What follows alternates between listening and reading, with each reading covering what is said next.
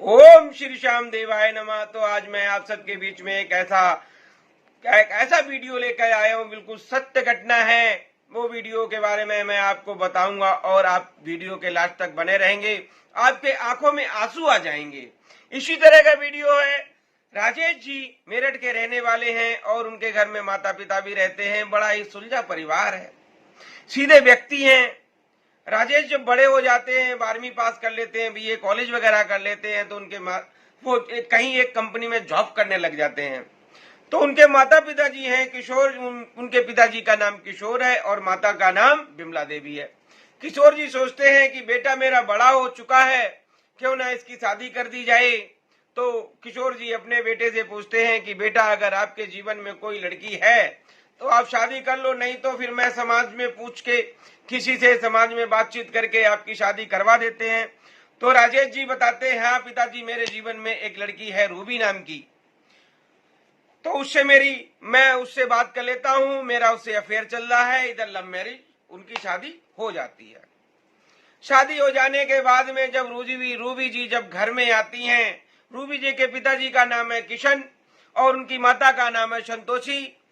संतोषी और किशन की इकलौती बेटी रूबी बड़े है पैसा वाले की बेटी है। आपको पता ही होगा, पैसा वाले की बेटियां थोड़ी चढ़ बढ़ के जाती हैं, तो उनका स्वभाव कुछ ऐसा ही हो जाता है, तिलमिला तिलमिला। इधर रूबी जब घर में शादी होके आती है किशोर राजेश जी के घर में, तो वो कोई टाइम से खाना नहीं बनाती है, लेट उठती है, रात को भी लेट सोती है, उनका कोई टाइम टेबल नहीं होता है। बिमला जी रोटी बना के देती हैं, खाना नाश्ता बना के देती हैं। जब बिमला जी उसके हाथ में चाय ब्रेड का प्याला दे देती हैं, तब तो वो सो के उठती हैं। ये सारा रवैया देखते देखते बिमला जी और किशोर जी बहुत परेशान होने लगते हैं, उनका दिमाग बहुत पक जाता है। जरा जरा सी बात कोई अगर घर में होती है तो वो अपनी माँ को फोन कर देती है। तो उसकी माँ बिमला जी को फोन करके बहुत उन्हें सताती है, भला बुरा बोलती है। कुछ टाइम के बाद में अब ये घर में कलेश होने लगा, तनख्वाह कम है, परेशानी ज्यादा है। किशोर जी बहुत परेशान है। घर की परेशानियां देख के किशोर जी के आंखों में आंसू आ जाते हैं। इधर रूबी लड़ेती बेटी अपने माँ बाप की बहुत ही परेशान करती है उन लोगों को, और राजेश जी से कहती है कि आप यहाँ से घर खाली कर दो, हम लोग कहीं फ्लैट लेके रहेंगे किराए पे। तो राजेश जी कहते हैं कुछ मेरे अकाउंट में फंड वगैरह पड़ा हुआ है, बचा हुआ पैसा है, किराए पे नहीं है, मैं एक छोटा सा फ्लैट खरीद लेते हैं किस्तों पे। इधर मकान किस्तों पे ले लेते हैं और वो चले जाते हैं। इधर रूबी का जो वो अपना रवैया ठीक करती नहीं है, उसका रवैया बड़ा ही गंदा होता है। सुबह ना उठना, शाम को खाना ना बनाना। राजेश जी ड्यूटी से आते हैं तो रात को खाना भी बनाते हैं, सुबह ड्यूटी पे जाते हैं तो नाश्ता भी बनाते भी हैं, उसको भी खिलाते हैं, अपना भी खाते हैं। वो तो बड़ा ही परेशान करती है। जरा सी कोई बात हो जाती है तो अपने माँ बाप को फोन करती है। कुछ दिनों के बाद में अभी एक जिद करने लगी थी, मुझे गाड़ी भी चाहिए, गाड़ी की भी जिद कर रही है। परेशानी और ज्यादा घर में बढ़ जाती है।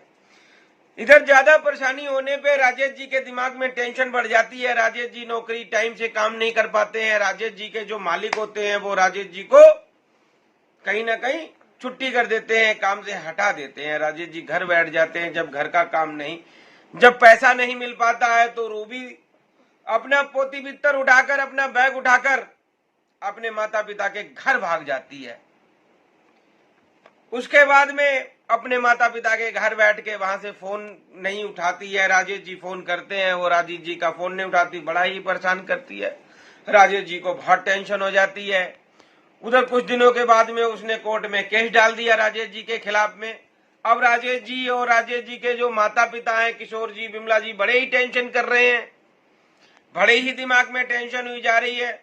उसी टाइम राजेश जी का मित्र आता उनके घर पे, तो बताता है कि राजस्थान में खाटू गांव में श्याम बाबा के मंदिर अगर तुम जाओ तो वो तुम्हारे ऊपर अच्छी कोई कृपा कर सकते हैं, जिससे तुम्हारा जीवन में कुछ बदलाव आ जाए।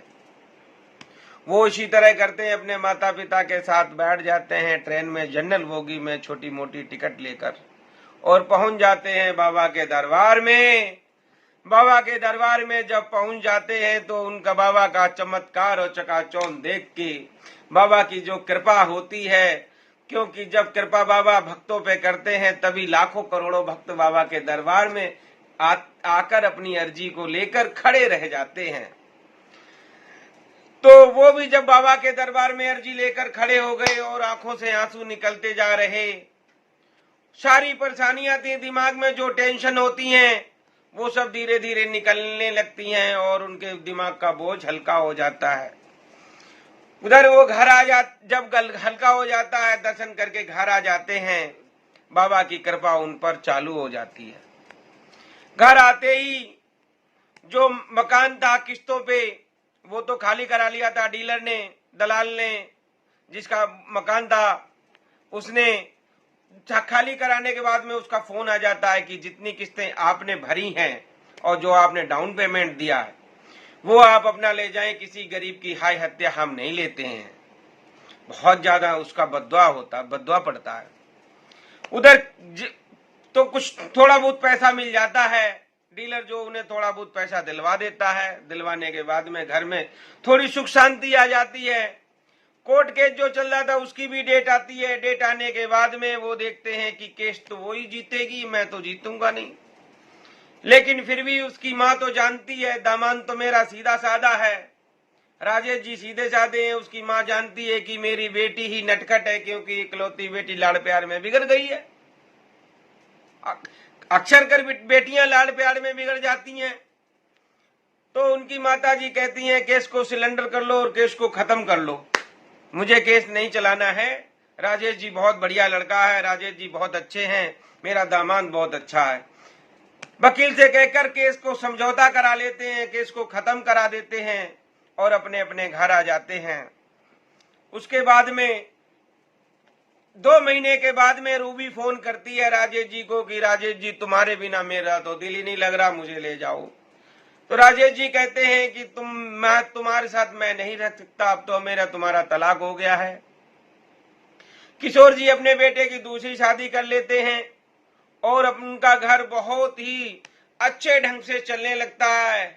घर में बहुत संतुष्टि तसल्ली हो जाती है। ये है बाबा श्याम की कृपा। इसे कहते हैं बाबा श्याम की कृपा। कैसे होती है बाबा श्याम की कृपा? ऐसे होती है, केस भी खत्म हो जाता है, झगड़े भी खत्म हो जाते हैं। डीलर पैसा नहीं दे रहा होता, पैसा भी दे देता है। बाबा जब सुलझाते तो चारों तरफ से सुलझाते चले जाते हैं आपके काम। एक एक काम को चुन चुन कर, एक एक काम को वीन वीन कर बाबा ठीक कर देते हैं। बाबा में वो शक्ति है, वो कलयुग के राजा हैं, कलयुग के देवता हैं, कलयुग के अवतारी हैं। तो मेरा वीडियो अच्छा लगे लाइक शेयर सब्सक्राइब जरूर करना। आपका अपना चैनल भक्ति करो रेणु के साथ, भूल मत जाना मेरे प्रेमियों। ऐसी ही प्रेम कहानी बाबा की और भक्तों की प्रेम कहानी मैं आपके बीच में लाऊंगा मेरे प्रेमियों। जय श्री श्याम मेरे प्रेमियों।